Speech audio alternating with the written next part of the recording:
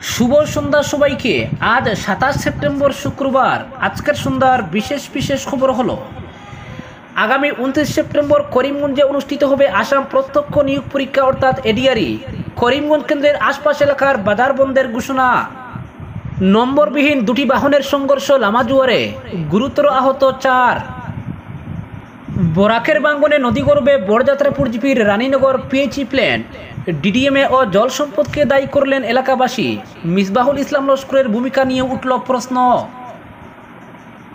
নাগাল্যান্ডের 8 এবং অরুণাচল প্রদেশের 3 জেলায় ফের আসপার মেয়াদ বৃদ্ধি করল কেন্দ্রীয় সরকার। নাগাল্যান্ড অরুণাচলে আসপার মেয়াদ বাড়ালো কেন্দ্র। ট্রেডিং কেলেঙ্কারি, 72 অ্যাকাউন্ট থেকে 6 কোটি বাজেয়াপ্ত ইডির। নিলামবাজারে ভারত বাংলাদেশ সীমান্তে যুবকের মরদেহ উদ্ধার। হাইলাকান্দি শহরের উপকণ্ঠে নিশ্চিন্তপুর পাখিচূড়ায় মেডিকেল কলেজ নির্মাণের দাবিতে গণস্বাক্ষর ডিমান্ড কমিটির। এবং সর্বশেষ খবরটি হল, গাজা যুদ্ধের বিভীষিকা গ্রাস করছে গোটা মধ্যপ্রাচ্যকে। তৃতীয় বিশ্বযুদ্ধের দামামা, ভারতীয়দের লেবানন ছাড়ার নির্দেশ। এবারে শুনুন বিস্তারিত খবর। আগামী 29 সেপ্টেম্বর রবিবার করিমগঞ্জ শহরে অনুষ্ঠিত আসাম প্রত্যক্ষ নিয়োগ পরীক্ষা বা এডিআরই সুষ্ঠুভাবে সম্পন্ন করতে এবং পরীক্ষা কেন্দ্রে প্রার্থীদের নির্বিঘ্নে আসা যাওয়া সুনিশ্চিত করতে করিমগঞ্জ শহরে পরীক্ষা কেন্দ্রের পার্শ্ববর্তী জনবহুল বাজারগুলি বন্ধ রাখার নির্দেশ দেওয়া হয়েছে। করিমগঞ্জের চক্র আধিকারিক বাজার কমিটিকে লেখা এক পত্রযোগে রবিবার সকাল 6টা থেকে সন্ধ্যা 6টা পর্যন্ত করিমগঞ্জ শহরের সন্তরবাজার সংলগ্ন যাত্রী সড়কের পাশে পুলের উপরের বাজার, স্টেশন রোড ও করিমগঞ্জ কলেজের রাস্তার পাশের অস্থায়ী বাজার ও দোকান, যা সুষ্ঠু যান চলাচলে বাধার সৃষ্টি করতে পারে, ওই বাজারগুলি নির্ধারিত সময়সীমায় ওই দিন বন্ধ রাখার নির্দেশ দিয়েছেন। পরবর্তী খবরটি হল, নম্বরবিহীন টাটা পাঞ্চ ও ই রিকশার সংঘর্ষে গুরুতর আহত হয়েছেন 4 ব্যক্তি।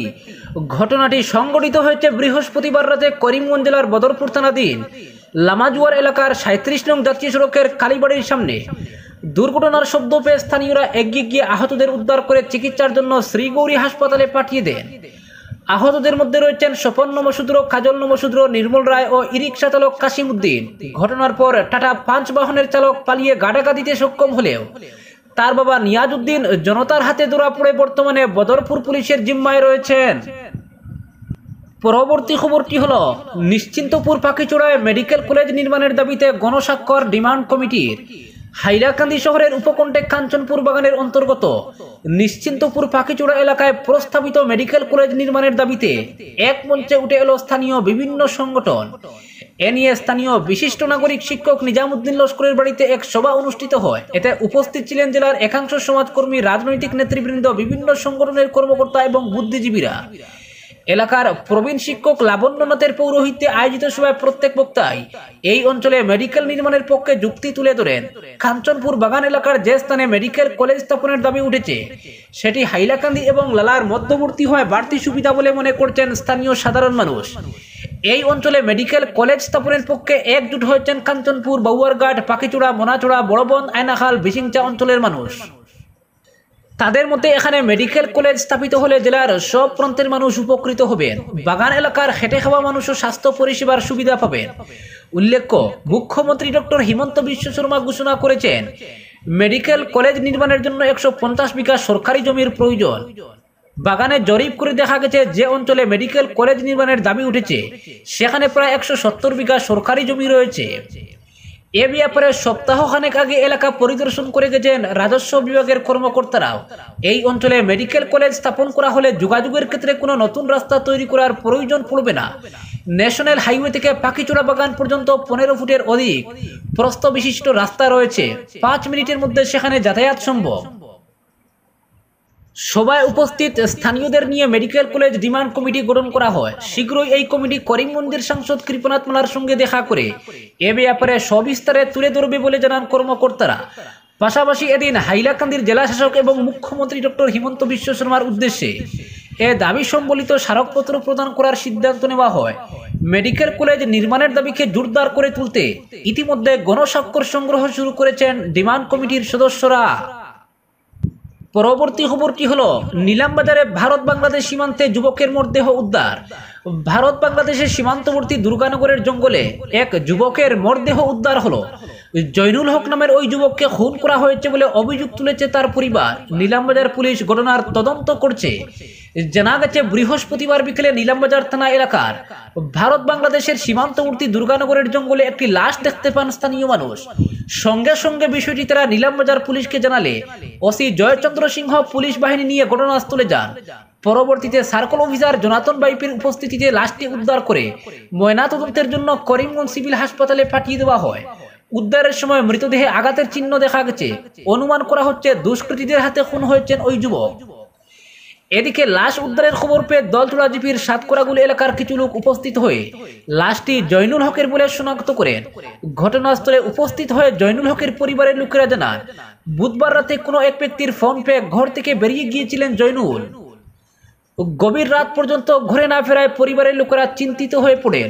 পরে তারা জয়নুল হকের নিখোঁজ সংক্রান্ত একটি ডায়েরি করেন 12 গ্রাম ওয়াজ পোস্টে। আজ তার লাশ উদ্ধার হওয়ায় পরিবারের লোকেরা অভিযোগ করেন দুষ্কৃতীরা জয়নুলকে হত্যা করে এখানে দেহ ফেলে গেছে। পুলিশি তদন্তে আসল ঘটনার রহস্য উদ্ঘাটন হবে বলে তারা দাবি করেছেন। পরবর্তী খবরটি হলো, ট্রেডিং কেলেঙ্কারি 72 অ্যাকাউন্ট থেকে 6 কোটি বাজেয়াপ্ত ইডির। রাজ্যের ট্রেডিং কেলেঙ্কারিতে যারা যুক্ত ছিলেন তাদের বিরুদ্ধে পিএমএলএ আইনে রাজ্য জুড়ে অভিযান শুরু করেছে এনফোর্সমেন্ট ডিরেক্টরেট অর্থাৎ ইডি। এই আইনের অধীনে তদন্ত চালিয়ে এই ট্রেডিং মামলায় অভিযুক্তদের কাছ থেকে 6.04 কোটি টাকা বাজেয়াপ্ত করা হয়েছে। এই টাকাগুলো মোট 72টি অ্যাকাউন্টে ভাগ করা ছিল। সাম্প্রতিককালে রাজ্যের একজন ইউটিউবার ভাস্কর দত্ত সন্দেহযুক্ত ট্রেডিং মঞ্চ টিএফএল এর হয়ে ফেসবুকে ব্যাপক প্রমোশনাল প্রচার অভিযান চালিয়েছিলেন। গতকাল রাতে এজন্য ভাস্কর দত্তকে দিশপুর পুলিশ ডেকে পাঠিয়ে বেশ কিছুক্ষণ ধরে জিজ্ঞাসাবাদ করে পরে অবশ্য তাকে ছেড়ে দেওয়া হয়। তবে আজ সকালে আবার নতুনভাবে জেরার জন্য ভাস্কর দত্ত দিশপুর থানায় এসেছিলেন। বর্তমানে পুলিশ তাকে জিজ্ঞাসাবাদ করে চলেছে। সন্দেহযুক্ত ট্রেডিং মঞ্চ টিএফএ এর বিভিন্ন প্রকল্পের অধীনে প্রচুর অর্থ মুনাফা করা যায় এ ধরনের প্রচার চালিয়েছিলেন ভাস্কর বাবু। তদন্তে দেখা গেছে এই প্রকল্পগুলো আখেরে জালিয়াতি ছাড়া আর কিছু নয়। এর ভিত্তিতেই পুলিশ টিএফএল এর বিরুদ্ধে অভিযান চালায়। তদন্তে দেখা গেছে ওই সংস্থার প্রকল্পে অর্থ বিনিয়োগ করে প্রচুর মানুষের অর্থ হওয়া গেছে। এর ভিত্তিতেই শেষ পর্যন্ত এই সংস্থাটির মালিক স্বপ্ননীল দাসকে পুলিশ গ্রেফতার করে। তারপর থেকেই স্বপ্ননীল বিচার বিভাগীয় হেফাজতে রয়েছেন। বর্তমানে পুলিশ এই সংস্থার অধীনে ঠিক কত টাকার কেলেঙ্কারি হয়েছে তা খতিয়ে দেখছে, কারণ এখনো বহু মানুষ অর্থলগ্নি করেও তদন্তের বয়ে মুখ খুলতে চাইছেন না। পরবর্তী খবরটি হলো, বরাকের বাঙ্গনে বড়খোলা বিধানসভা কেন্দ্রের বড়যাত্রাপুর জিপির রানীনগর পিএইচই প্ল্যান নদী গর্ভে চলে গেছে। 2008 সালে এই প্ল্যানটি চালু করা হয়েছিল, আর ওই বছর থেকেই নদী ভাঙ্গন শুরু হয়। প্রতি বছর ভাঙ্গন ক্রমশ তীব্র হতে থাকে। ভাঙ্গন প্ল্যান্টের দিকে ক্রমশ এগিয়ে এলে পিএইচির পক্ষ থেকে বিষয়টি অবগত করানো হয়েছিল ডিস্ট্রিক্ট ডিজাস্টার ম্যানেজমেন্ট, জেলা প্রশাসক সহ জল সম্পদ বিভাগকে। ভাঙ্গন প্রতিরোধের পদক্ষেপ গ্রহণের জন্য বিভাগের তরফে সংশ্লিষ্ট কর্তৃপক্ষের কাছে আবেদন জানানো হয়েছিল। যদিও ডিডিএমএ জল সম্পদ বিভাগের তরফে বিষয়টিকে কোনো গুরুত্ব না দেওয়ায় পুরো প্ল্যানটি নদী গর্ভে চলে গেছে। জনস্বাস্থ্য কারিগরি বিভাগের জুনিয়র ইঞ্জিনিয়ার রূপক দত্তের সঙ্গে ফোনে এ নিয়ে যোগাযোগ করা হলে তিনি জানিয়েছেন 2022 সালে এই প্রকল্পের কাজে নতুন করে মঞ্জুর হয়ে 45,60,000 টাকা। প্রকল্প থেকে এলাকাবাসীকে যথারীতি পানীয় জল সরবরাহ করা হচ্ছিল, কিন্তু নদীর ভাঙ্গন ক্রমশ প্রকল্পের দিকে অগ্রসর হতে থাকায় বিষয়টি ডিডিএমএ কাছাড়ের তৎকালীন জেলা শাসক সহ পিএইচই বিভাগের পক্ষ থেকে জল সম্পদ বিভাগকে অবগত করিয়ে উপযুক্ত পদক্ষেপ নিতে আর্জি জানানো হয়েছিল। যদিও নদী ভাঙ্গন প্রতিরোধে কোনো পদক্ষেপ গ্রহণ না করায় এখন সম্পূর্ণ প্রকল্পটি বরাকের গর্ভে চলে গেছে। এদিকে জল সম্পদ বিভাগের বিরুদ্ধে খুব উগরে দিয়েছেন এলাকার জনগণ। বিষয়টি নিয়ে বড়খোলার বিধায়ক মিসবাহুল ইসলাম লস্করের ভূমিকা নিয়েও প্রশ্ন তুলেছেন। এলাকাবাসী অভিযোগ করেছেন বরাক নদীর ভাঙ্গন তীব্র হতে থাকলে বিধায়ককে বিষয়টি জানিয়ে তার হস্তক্ষেপ চাওয়া হয়েছিল। যদিও সরেজমিনে ভাঙ্গন পরিদর্শন করতে দেখা যায়নি তাকে। নদী ভাঙ্গন প্রতিরোধে শীঘ্রই উপযুক্ত পদক্ষেপ গ্রহণের জন্য রাজ্যের জল সম্পদ মন্ত্রী পীযূষ হাজারিকা, শিলচরের সাংসদ পরিমল শুক্লবৈদ্য, কাছাড়ের নবাগত ডিস্ট্রিক্ট কমিশনার মৃদুল যাদবের হস্তক্ষেপ দাবি করেছেন এলাকাবাসী। পরবর্তী খবরটি হলো, নাগাল্যান্ডের 8 এবং অরুণাচল প্রদেশের 3 জেলায় ফের আফস্পার মেয়াদ বৃদ্ধি করল কেন্দ্রীয় সরকার। আগামী 6 মাসের জন্য ওই এলাকাগুলিতে ফের উপদ্রুত এলাকা হিসেবে চিহ্নিত করেছে কেন্দ্র। কেন্দ্রীয় সরকারের পক্ষ থেকে বিবৃতি দিয়ে নাগাল্যান্ডের 8 জেলাকে পুরোপুরি এবং অন্য 5 জেলার 22টি থানা এলাকাকে উপদ্রুত এলাকা হিসেবে ঘোষণা করা হয়েছে। নাগাল্যান্ডের যে 8 জেলা পুরোপুরি আফস্পার অধীনে পড়েছে সেগুলি হলো ডিমাপুর, নিউল্যান্ড, চুমুকেডিমা, মন, খিপিরে, নকলাক, ফেক এবং পেরেন। একই সঙ্গে অরুণাচল প্রদেশের 3 জেলাতেও আফস্পার মেয়াদ বাড়ানো হয়েছে। 2021 সালে নাগাল্যান্ডের মন জেলায় সেনা আধিকারিকদের গুলিতে 13 জন নিরীহ নাগরিকের মৃত্যুর পর নতুন করে আফস্পা প্রত্যাহারের দাবি জোরালো হয়। তবে উত্তর পূর্ব ভারত থেকে সেনাবাহিনীর বিশেষ ক্ষমতা আইন আফস্পা প্রত্যাহারের দাবি বহু বছরের, কিন্তু সরকার জনসাধারণের দাবিকে পাত্তা না দিয়ে ফের আফস্পার মেয়াদ বৃদ্ধি করেছে। আফস্পার অপব্যবহার করে সেনাবাহিনী সাধারণ মানুষের উপর অকথ্য নির্যাতন করে বলে অভিযোগ রয়েছে। 9এর দশক থেকে আসাম, নাগাল্যান্ড সহ উত্তর পূর্ব ভারতের প্রায় সবকটি রাজ্যের বিস্তীর্ণ এলাকাকে উপদ্রুত এলাকা হিসেবে চিহ্নিত করে সেখানে সেনাবাহিনীর বিশেষ ক্ষমতা প্রয়োগ করার অধিকার দিয়েছে কেন্দ্র। প্রতি 6 মাস অন্তর আফস্পার মেয়াদ বৃদ্ধি হয়। 2 বছর আগে আফস্পার প্রয়োজনীয়তা খতিয়ে দেখার জন্য কেন্দ্রীয় স্বরাষ্ট্র মন্ত্রকের অধীনে 45 সদস্যের একটি কমিটিও গঠন করা হয়েছিল, কিন্তু কোনো বিবেচনা না করে আগের মতোই ফের নাগাল্যান্ড এবং অরুণাচলে আবার বাড়িয়ে দেওয়া হলো এই বিতর্কিত আইনের মেয়াদ। এর আগে কেন্দ্রীয় স্বরাষ্ট্রমন্ত্রী অমিত শাহ জানিয়েছিলেন উত্তর পূর্বাঞ্চলের 70% এলাকা থেকে আফস্পা প্রত্যাহার করে নেওয়া হয়েছে। তবে জম্মু ও কাশ্মীরে জারি রয়েছে আফস্পা। জম্মু ও কাশ্মীর থেকেও আফস্পা প্রত্যাহারের চিন্তাভাবনা চলছে বলে জানিয়েছিলেন অমিত শাহ। পরবর্তী খবরটি হলো তৃতীয় বিশ্বযুদ্ধের দামামা, ভারতীয়দের লেবানন ছাড়ার নির্দেশ। গাজা যুদ্ধের বিভীষিকা গ্রাস করছে গোটা মধ্যপ্রাচ্যকে। হামাসকে সমূলে উৎখাত করতে যেভাবে গাজা ভূখণ্ডকে অবরুদ্ধ করে হামলা চালিয়েছে ইসরায়েল, এবার একইভাবে ইরানি মদতপুষ্ট জঙ্গি সংগঠন হিজবুল্লাহ নিধনেও নীল নকশা তৈরি করা হয়েছে। লেবাননের ভূখণ্ডে প্রবেশ করে এবার হিজবুল্লাহকে উপড়ে ফেলার ডাক দিল ইসরায়েল। এর জন্য সেনাকে তৈরি থাকতেও নির্দেশ দেওয়া হয়েছে। ইসরায়েলের হুঁশিয়ারির পরই তৃতীয় বিশ্বযুদ্ধ শুরুর আশঙ্কায় প্রমাদ গুনতে শুরু করেছেন বিশ্ববাসী। গত কয়েকদিন ধরেই লেবাননের সঙ্গে ইসরায়েলের বিরোধ তীব্র হয়েছে। লেবাননে একের পর এক ওয়াকিটকি ও পেজার বিস্ফোরণে একাধিক মৃত্যুর ঘটনার বদলা নিতেই ইসরায়েলে এয়ার স্ট্রাইক চালায় হিজবুল্লাহ। এর জবাবে লেবাননে রক্তগঙ্গা বইয়ে দেয় ইসরায়েলের ডিফেন্স ফোর্স। মৃত্যু হয় 5 শতাধিক মানুষের। হিজবুল্লাহ কমান্ডারকে খতম করার দাবি করে ইসরায়েল। বিনিময়ে ইসরায়েলি গোয়েন্দা সংস্থা মুসাদের দফতরে হামলা চালায় হিজবুল্লাহ। এরপরে এবার শত্রুর করে ঢুকে তাদের খতম করার হুঁশিয়ারি দিল নেতানিয়াহুর দেশ।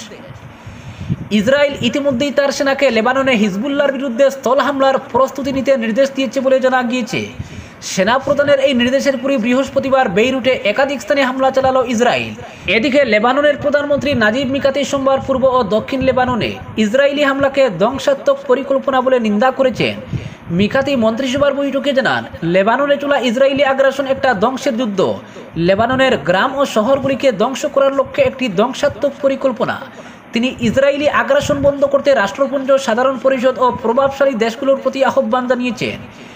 বিশেষজ্ঞদের মতে হিজবুল্লাহ হামাস নয়, তাই ইসরায়েলের এই হুঁশিয়ারির ফলে পরিস্থিতি আরও বিগড়ে যাবে। লেবাননের এই পরিস্থিতি নিয়ে উদ্বিগ্ন আন্তর্জাতিক মহল।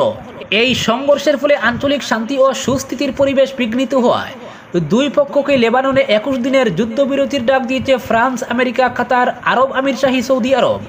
ফ্রান্সের প্রেসিডেন্ট ইমানুয়েল ম্যাক্রো বলেছেন, লেবাননে যুদ্ধ শুরু হতে পারে না। আমরা ইসরায়েলকে লেবাননে হামলা বন্ধ করতে এবং হিজবুল্লাহকে ইসরায়েলে ক্ষেপণাস্ত্র নিক্ষেপ বন্ধ করার জন্য আহ্বান জানাচ্ছি। মার্কিন প্রেসিডেন্ট জো বাইডেনও লেবাননে পুরোদমে যুদ্ধ শুরু হওয়ার আশঙ্কা প্রকাশ করেছেন। এই পরিস্থিতি নিয়ে উদ্বেগ প্রকাশ করেছেন রাষ্ট্রপুঞ্জের মহাসচিব অ্যান্তনিও গুতেরেস। যুদ্ধের এমন আশঙ্কার পরিস্থিতির মধ্যেই লেবাননে থাকা নাগরিকদের দ্রুত ভারতে ফিরে আসতে নির্দেশিকা জারি করল বেইরুটে ভারতীয় দূতাবাস। পরবর্তী নির্দেশিকা জারি না করা পর্যন্ত ভারতীয়দের লেবাননে না যেতে পরামর্শ দেওয়া হয়েছে। একইভাবে নাগরিকদের লেবানন ছাড়ার নির্দেশ দিয়েছে অস্ট্রেলিয়া। ব্রিটেনও লেবানন থেকে তাদের সেনাদের সাইপ্রাসে সরিয়ে নিয়েছে। আজকের বিশেষ সংবাদ এখানেই সমাপ্ত।